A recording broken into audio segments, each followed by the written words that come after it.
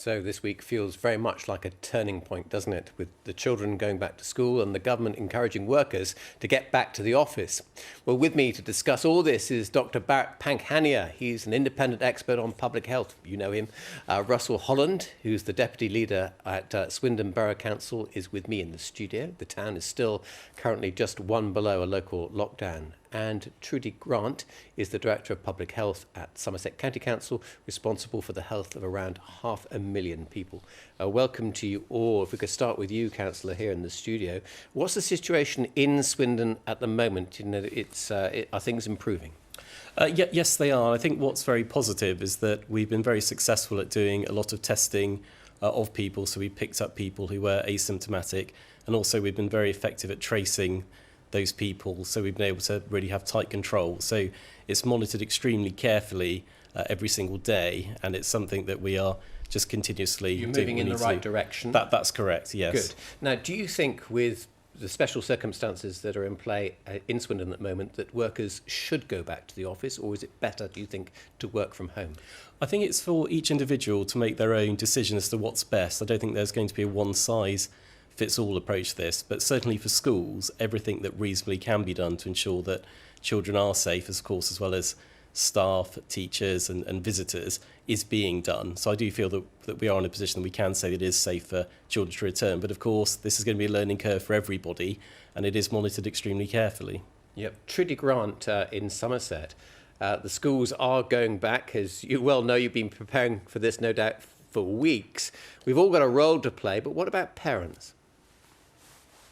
Yeah, we're really looking forward to welcoming the children back to school. Parents have got a really key role to play to making sure that children will stay in school.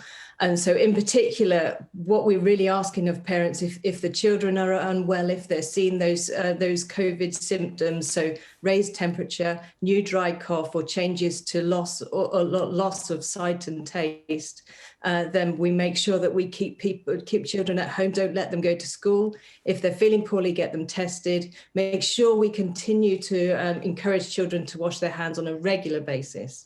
But there's lots, I mean, all children, we're all ill actually, aren't we? Normally over the winter period, autumn and winter, with coughs and colds. You're saying the slightest thing, don't send your kids to school. Is that right? I'm saying with those three particular groups of symptoms, we make sure we don't send our children to school. Right. Now, what about school transport? You're in Somerset, where the distances can be quite big. Should children go on the bus, or if it's possible, should a parent drive them to school, because that would perhaps keep them in their bubble?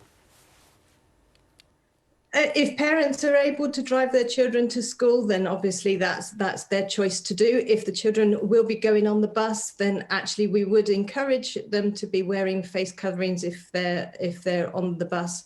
But either way, the other option would be active travel. You know, so cycling and walking to school would be a fantastic option for children at this time. Should grandparents pick children up from school? Grandparents can pick children up from school, particularly if they're part of that family bubble. We need to make sure that we're conscious that where you're not in a family bubble, that if you're car sharing, that we make sure that you use face coverings in a car. All right, well, Dr. Bart Pankhania is in his garden, as ever.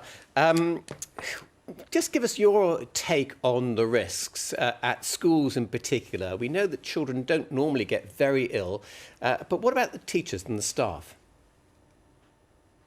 Thank you.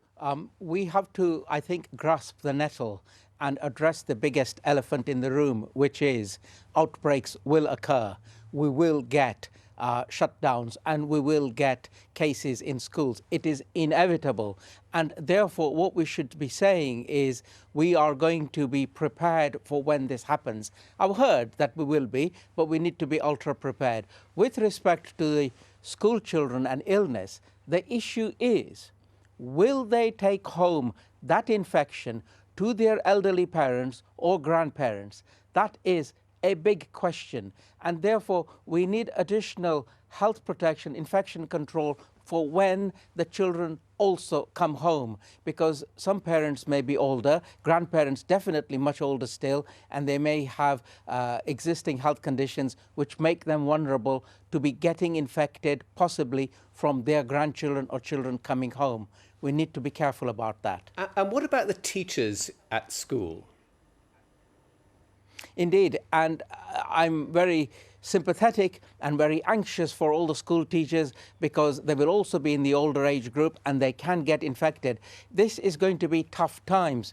We can do our best, but we have to accept that there will be cases. May I use this few minutes to say, protect yourself against whatever you can protect yourself with, and therefore it is imperative in September, as soon as possible, people at least get their seasonal influenza vaccines done, because that will protect you against one of the winter infections that can also masquerade as something else. So that is something we can do. Will you have one? Will you have a jab? Absolutely. I always do every year, and I recommend everyone does. It is a good thing to do. It protects you. It's a killed vaccine. It doesn't give you influenza. Right.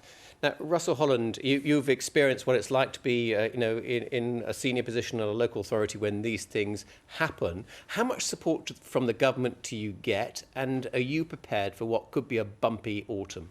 Oh, we've had a lot of support from the government. We education staff are in contact with the Regional Schools Commission and the DfE on a daily basis, and we've had a lot of support from Public Health England, because you have to liaise nationally. So as I say, when we had a particular outbreak, within a day, we had the mobile testing on site to do all of that.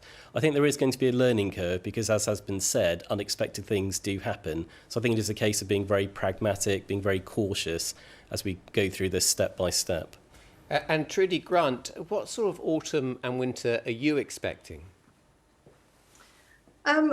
Potentially, I think we could be in for a busy one, but it's on all of us to make sure that we stick to the rules, stick to the guidelines, and the more all of us do that, the better position we're going to be in.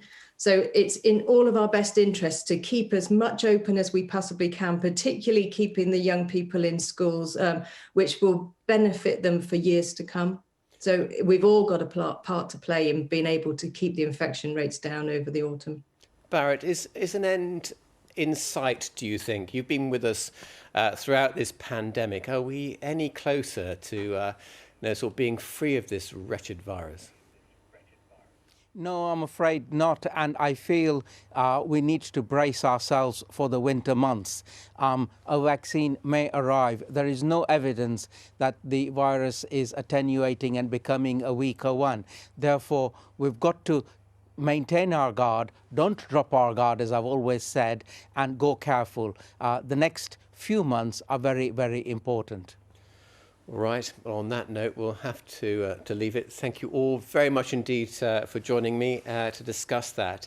And